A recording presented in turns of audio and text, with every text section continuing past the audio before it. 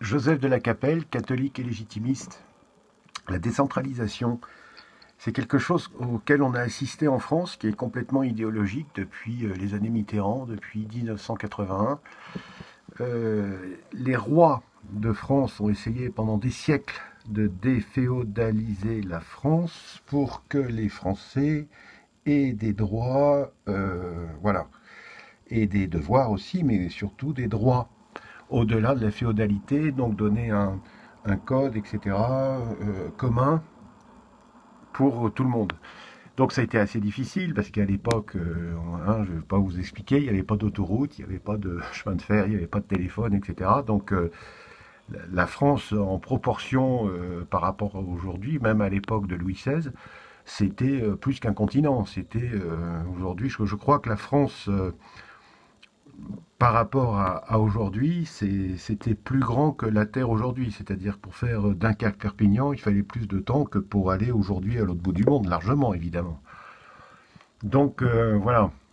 Et il y a eu la Révolution française avec toutes les conséquences que ça a eu, mais par contre après, Napoléon a réussi à faire par son code Napoléon, donc l'État, le département et la commune. C'est-à-dire ce que les rois ont rêvé pendant des siècles, Napoléon a réussi à le faire à cause de la Révolution, etc. Parce qu'il y avait plus rien, c'était le chaos, etc. Et il n'y avait plus les féodalités.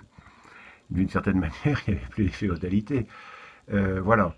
Donc, depuis Napoléon, on fonctionnait comme ça, c'est-à-dire qu'il y avait un pouvoir central, les départements et la commune. Voilà, les trois degrés. Et effectivement, n'importe quel citoyen, ce qui est intéressant, c'est quand même la commune. Donc on a rajouté les régions et puis les agglomérations de communes, etc. Ça n'a pas de sens. On a rajouté de l'administration alors que c'est d'ailleurs reconnu, je pense, par une très grande majorité des Français. C'est normal que tous les Français aient les mêmes droits et les mêmes devoirs sur tout le territoire français et outre-mer, etc. Avec des exceptions dans les territoires d'outre-mer et tout ça, ce qui est aussi un peu normal selon les régions complètement autres que la France. Et puis la distance aussi. Donc, alors là, je vais peut-être en choquer certains, mais et c'est dans le sens royal, dans la perspective royale, je trouve que c'est quelque chose de très intéressant de supprimer cette décentralisation qui n'a absolument aucun sens. Donc l'État, avec une particularité quand même, c'est que le peuple soit le conseil étendu du prince, donc toujours dans la même perspective pour faciliter la politique générale, la députation, à mon avis, et le Sénat n'a pas tellement de chance si le peuple est le conseil étendu du prince.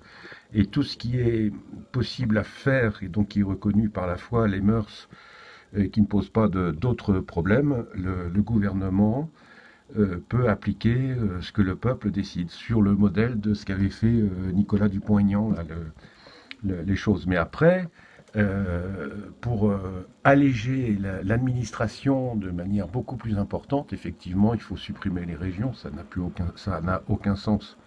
Par contre, les départements ont une raison d'être au niveau de la sécurité, au niveau des incendies, des accidents, etc. C'est normal qu'il y ait un préfet qui représente l'État sur une région qui est le département, qui est à taille humaine. Je trouve que c'est assez intéressant. Voilà, pour donner mon humble point de vue par rapport à ce problème de la décentralisation qui est assez idéologique quand même, et puis c'était quand même pour, je pense quand même, affaiblir l'État français. Alors il y a des pays où il y a une décentralisation parce que ce sont des pays fédéraux, par exemple l'Allemagne ou la Suisse. Et là, c'est un autre problème. C'est-à-dire que la Suisse, il y a 26 États, l'Allemagne, il y a un certain nombre de Länder, etc. Mais là, on est dans des pays qui sont des pays fédéraux. Mais pour la France, le système centralisateur dont les rois ont rêvé, que Napoléon a fait, qui ont été repris d'ailleurs à la Restauration, c'est quelque chose de très important. Le principe royal quand même, c'est la déféodalisation, quoi. Voilà. À très bientôt, que Dieu vous garde. Euh, Sainte Clotilde, priez pour nous. Saint Louis, priez pour nous. Sainte Jeanne d'Arc, Saint Padre Pio, Saint Joseph, Sainte Thérèse de l'Enfant Jésus. Notre-Dame de Boulogne, Notre-Dame de France, priez pour nous. Que Dieu vous garde, Deus et Rex.